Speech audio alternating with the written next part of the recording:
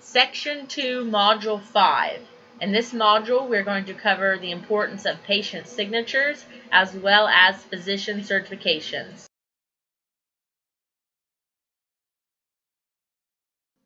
Patient signatures. A patient must sign giving us authorization to bill their insurance. If they refuse, we cannot bill their insurance. For example, if a patient cannot sign for some reason, maybe on an emergency, they are mobilized to a backboard, they can't sign. The EMT or the paramedic can fill out Section 3. Maybe you're taking them to a doctor's appointment, maybe they're paralyzed on their right side due to a CVA. So, you can write that in Section 3 and then also sign your name. This is the form that I was talking about. Section 3 is all the way at the bottom. It says reason patient is incapable of signing. You need to put your reason there. You need to sign your name, and then you need to print your name. Section 2 is right above that. That's where the POA or a family member can sign.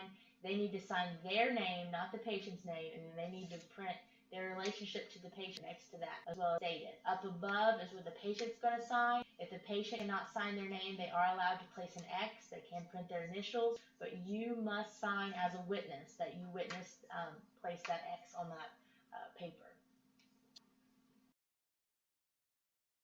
Physician certs. For all non-emergency transportation, insurance companies require a form to be signed by a physician or an RN stating that ambulance stretcher is needed. The medical history must be printed on the form, and the person ordering the transport, either the nurse or the doctor, must sign and again print their name. We must have these. If we do not have this form, we are unable to bill this claim. For repetitive patients, dialysis, wound care, maybe cancer patients, we're already going to have this form on file. We send this to their family physician and we get this signed before we start a repetitive transport. For transports that are not repetitive, maybe a discharge from a hospital, or maybe you're taking someone to their family doctor for a 6-month checkup, we're not going to have this already on file. So while you're there with that patient, you need to have the doctor or the nurse complete the form. You need to make sure that they sign their name and again print their name. And you need to make sure you have an appropriate person sign this. The secretary cannot sign this. The janitor cannot sign this. The LPN cannot sign this. We've seen signatures from these people in the past. Again, you must have the RN or the doctor sign this paper. Here is an example of the form. Again, there are check boxes there. They can check. Also, I believe it's box 10. There's additional comments. They can put medical history or the reason the person needs to go by ambulance. And at the bottom, they need to, again, sign their name and print their name.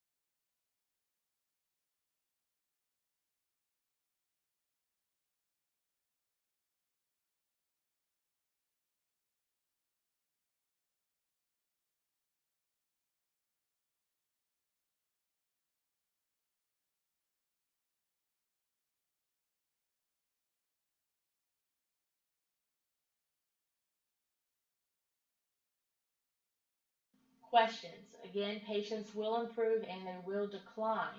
Anytime you have a question about a patient's condition, you can either call our billing department to get clarification, or you can send us an email. You can email us at questions@pz.net, and we'll be happy to explain why we're transporting the patient the way we're transporting them.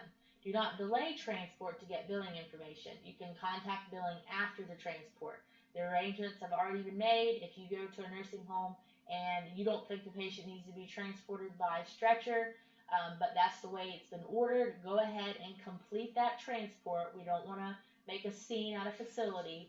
And then after the transport, you can make a quick call or you can shoot us an email about the circumstances, we can investigate this, and we can downcode that transport if it's necessary. If there are any issues with the paperwork, billing is going to be sure to contact you. We do require crews to write addendums and to clarify anything on run sheet documentation if it does not meet our expectations.